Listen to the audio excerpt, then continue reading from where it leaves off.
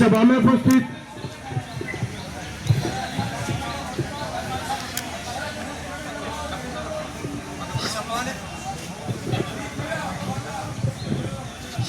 सम्मानित बुजुर्गों, नौजवान साथियों, माताओं व बहनों, इधर देख लो। आज जनता की आज क्यों नहीं सुनी जा रही है? आज किसी भी पार्टी में जाकर देखिए, लोग गरीबी की बात करेंगे। 1931 3 जनवरी को सावित्रीबाई फुले का जन्म हुआ और उन्होंने अपने पति के साथ मिलकर के 1948 में पहला बालिका महाविद्यालय बना। वे कौन थी? वे दलित और पीड़ित परिवार से थी। गरीबी दूर करने से पहले ही भारतीय जनता पार्टी ने सोच लिया गरीबों को ही खत्म कर दो, उनके घर को गिरा दो। कहते थे हम तुम्हें पक्के मकान देंगे, तुम्हारी झोपड़ी पक्की बनाएंगे, लेकिन उन्होंने क्या किया? गरीबों को ही खत्म कर दिया। जिन गरीबों के मकान दिल्ली में थे, कई सौ सालों से रहते थे, आम आदमी पार्टी वहां पर पानी बिजली फ्री देती थी, शिक्षा का बहुत अच्छा विस्तार किया था, उन्होंने उनके मकान ही हटा दिए। कहने का मतलब प्रूफ ही मत रखो, आप कौन सी जाति के हैं, कौन से धर्म के हैं, निवास स्थान कहां पर है।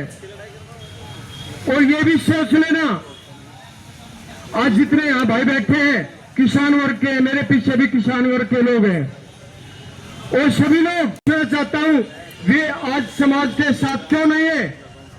वे धर्म और आडंबर ढकोसले में फंस करके और उस चीज का प्रचार कर रहे हैं जो उनकी शिक्षा को ही समाप्त करती है।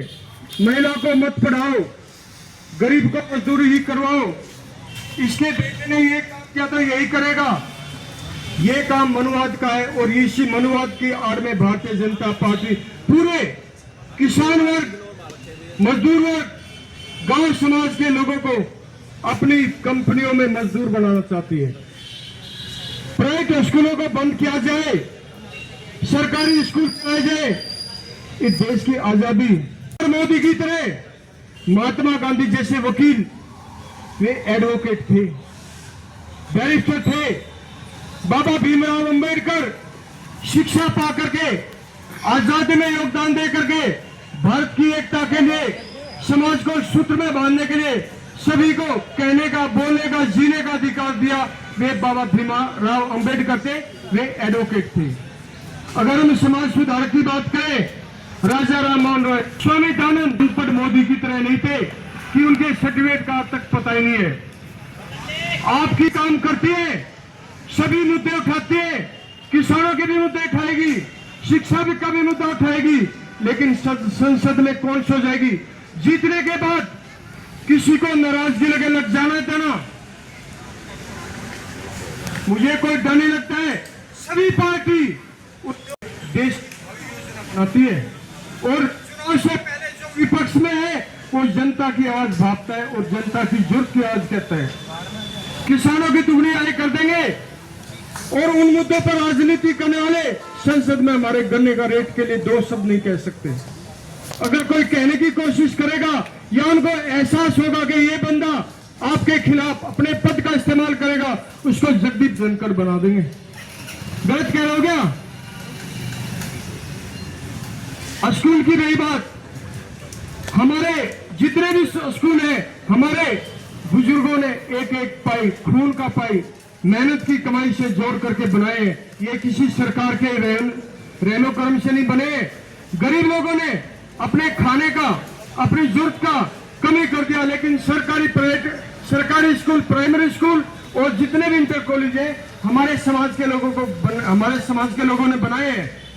तो मेरा निवेदन है सर्व समाज से कि आप भी आ जाइए।